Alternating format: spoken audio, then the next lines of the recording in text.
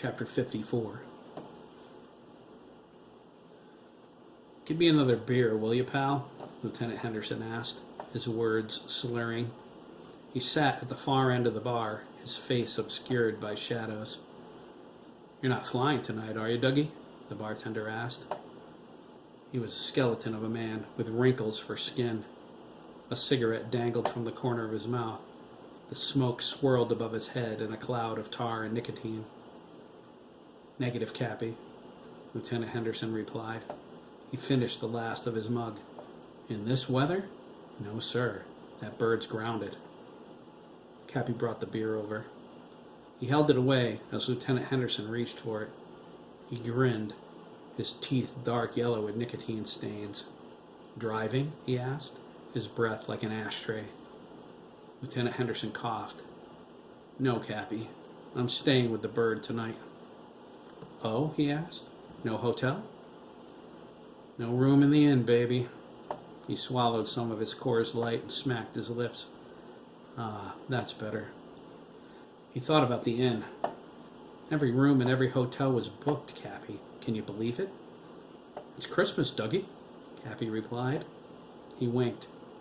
"Nobody puts up their relatives at home anymore, man." He leaned into Lieutenant Henderson and patted his arm. "Hell, my in-laws are at the Hilton. I can't stand them people." Henderson laughed. "What's wrong, Cappy? You're in your 50s, right? They have to be in their 70s. "That's just it," Cappy exclaimed. "My mother-in-law? She's got more artificial crap on her body than Michael Jackson did. And the old man? He passes more gas than Exxon."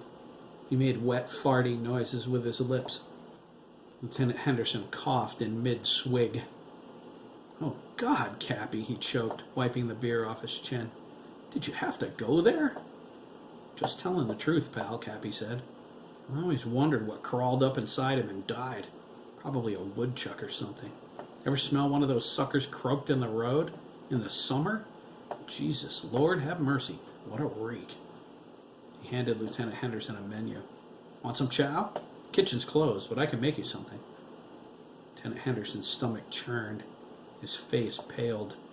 No thanks, Cappy. Not tonight." "Suit yourself," Cappy shrugged, stubbing out his cigarette. He snatched up the money for the beer from under the coaster.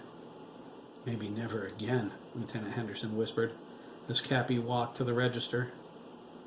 Cappy was a good man. Lieutenant Henderson liked him, but he was crude. It was part of his charm. Still, this was supposed to be a fun night out in the town. Henderson needed it after today. He sipped his beer. "A couple of more mugs are all I need to forget about this day entirely." It started out cool enough. Picking up the director went without a hitch. Lieutenant Henderson called Dr. McAllister on the way back from the airport, but the doctor said he wasn't leaving. Henderson left Tom and Darcy at the complex. On the flight back into Denver, the lights started acting up again. Being up in the Rockies reminded Lieutenant Henderson of the movie Alive. Of course, being alone meant if he crashed up here, he didn't have anyone to eat. He lamented Dr. McAllister's absence. "I'd eat that bony sucker," he thought. He took the long way around the city. If the chopper broke down, crashing into the mountains was one thing, but coming down on somebody's house? "Merry Christmas. Have a Black Hawk. Sorry about the wife and kids." He frowned. "No, that's not going to go. Dying's one thing. Taking someone with me is something else entirely." His hand shook all the way to the hangar. Lieutenant Henderson suspected the problem was the light. He was right, but agency regulations required him to troubleshoot every possible cause. It was a long and tedious process that took hours. By the time he finished, the hotels were full, the bar slut lush crowd dominated the better clubs, and he was too tired to remember any of his pickup lines. He went to Cappy's just after 10. He couldn't have any fun, but at least he could get drunk. Cappy was locking up when he got there. Being a regular and military, the old man let Lieutenant Henderson in while he cleaned up. He didn't seem in a hurry to go home. Cappy spent the day with his wife, kids, and in-laws. He came to the bar about 4 to relieve the girl who ran the day shift. After an evening of listening to the sad and weary pine away another lonesome holiday, Cappy was ready for some genial conversation. He liked Doug Henderson. He was an upbeat and honest GI. Cappy was core, but he welcomed any military brother. Lieutenant Henderson finished his beer. Cappy brought him another, despite his protestations.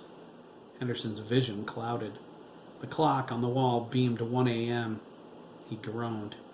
He hoped the director didn't plan on leaving the complex in the wee hours of the morning. He thought, I can feel the hangover already. He plucked his cell phone off his belt. It hadn't gone off, so he wasn't sure why he was looking, verifying I haven't missed anything. He hadn't.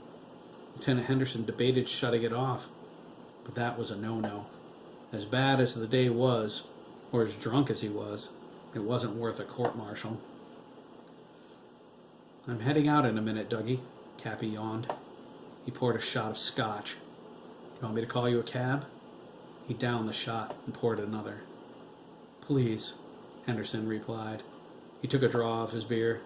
I need to get some shut-eye. Yeah, me too, Cappy said. The in-laws will be banging on the door in a couple of hours.